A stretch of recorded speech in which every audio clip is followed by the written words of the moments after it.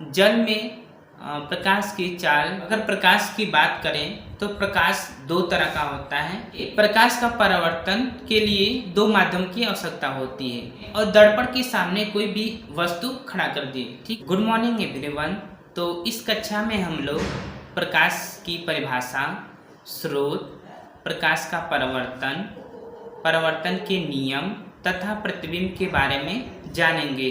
तो चलिए सबसे पहले हम प्रकाश की परिभाषा पर डिस्कस करते हैं। प्रकाश एक प्रकार की ऊर्जा है जिसके माध्यम से हम किसी भी वस्तुओं को देख सकते हैं। प्रकाश विद्युत चुंबकीय तरंगों के रूप में गमन करता है। निर्वात में प्रकाश की चाल 3 लाख किलोमीटर प्रति सेकेंड होता है तथा जल में प्रकाश की चाल 2.25 लाख किलोमीटर प्रति सेकेंड होता है। प्रकाश की तरंग दैर्घ्य 3900 एंगस्ट्रॉम से 7800 एंगस्ट्रॉम होता है। देखिए, अब हम लोग प्रकाश की परिभाषा जान लिए। अब जानते हैं प्रकाश के स्रोत। अगर प्रकाश की बात करें तो प्रकाश दो तरह का होता है, एक प्राकृतिक प्रकाश, एक कृत्रिम प्रकाश। प्राकृतिक प्रकाश में जैसे में सूर्य का प्रकाश और जीव जंतु जैसे जुगनू, इन सबसे जो प्रकाश उत्पन्न होता है, इन प्रकाश को हम प्राकृतिक प्रकाश, और कृत्रिम प्रकाश में जैसे टार्च का, बल्ब का, मोमबत्ती का, ये सब क्या है, कृत्रिम प्रकाश है। अगर इस तरह से हम वस्तुओं को डिफाइन करें तो वस्तुओं को अलग अलग नाम दे सकते हैं। जैसे में पहला है, जिन वस्तुओं में स्वयं का प्रकाश होता है उसे हम प्रदीप्त वस्तुएं या ल्यूमिनियस बॉडी कहते हैं। जिन वस्तुओं में स्वयं का प्रकाश नहीं होता है उसे हम अप्रदीप्त या नॉन ल्यूमिनियस बॉडी कहते हैं। तीसरा है, जिन वस्तुओं से प्रकाश आर पार चला जाता है उसे हम पारदर्शक वस्तुएं या ट्रांसपेरेंट बॉडी कहते हैं। अगला है, जिन वस्तुओं में प्रकाश आर पार नहीं जाता है उसे हम अपारदर्शक वस्तुएं या ओपेक्यू बॉडी कहते हैं। अगला है आपका, जिन वस्तुओं से प्रकाश आंशिक रूप से आर पार जाता है उसे हम अर्धपारदर्शक वस्तुएं या ट्रांसल्यूसेंट बॉडी कहते हैं। देखिए, अब प्रकाश के स्रोत तथा वस्तुओं के नाम जान लिए। अब हम लोग प्रकाश का परावर्तन के बारे में जानते हैं। देखिए, प्रकाश का परावर्तन के लिए दो माध्यम की आवश्यकता होती है। एक जिस माध्यम से प्रकाश आता है, दूसरा जिस तल से टकराता है। दो माध्यम हो गया। तो देखिए, प्रकाश का परावर्तन क्या है। जब कोई प्रकाश एक माध्यम से चलकर दूसरे माध्यम के तल से टकराता है और टकरा करके पुनः प्रथम माध्यम में वापस चला जाता है तो इस क्रिया को हम प्रकाश का परावर्तन कहते हैं।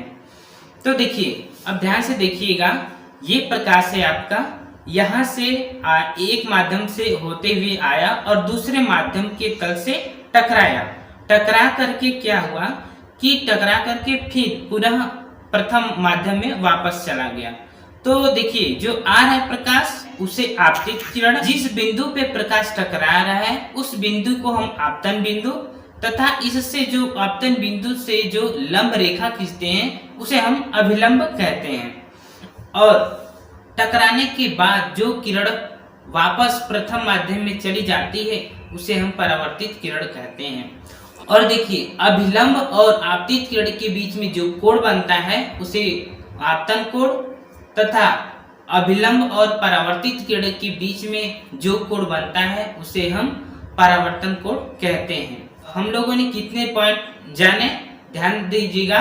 पहले हम लोग जाने आपतित किरण, आपतन बिंदु, परावर्तित किरण, आपतन कोण, परावर्तन कोण, अभिलंब, आपतन बिंदु, एक परावर्तक तल। ये सब पॉइंट याद रखिएगा क्योंकि ये इम्पोर्टेंट होता है। अब हम लोग प्रकाश के परावर्तन के बारे में जान लिए। अब हम लोग जानते हैं परावर्तन नियम।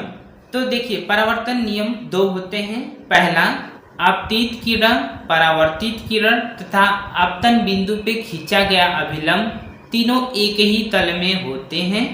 दूसरा है परावर्तन कोण आपतन कोण के बराबर होता है। अब हम लोग नियम के बारे में भी जान लिए।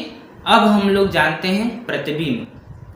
अब देखिए, एक दर्पण को रख लिए, ठीक, यहाँ पे दर्पण रख लिए और दर्पण के सामने कोई भी वस्तु खड़ा कर दिए, ठीक है।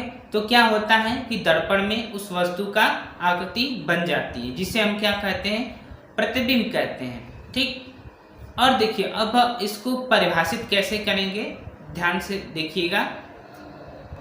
जब प्रकाश किसी वस्तु के किसी बिंदु से होकर परावर्तन के पश्चात जिस बिंदु पर मिलती है या जिस बिंदु से आती हुई प्रतीत होती हैं, उसे हम प्रथम बिंदु का प्रतिबिंब कहते हैं।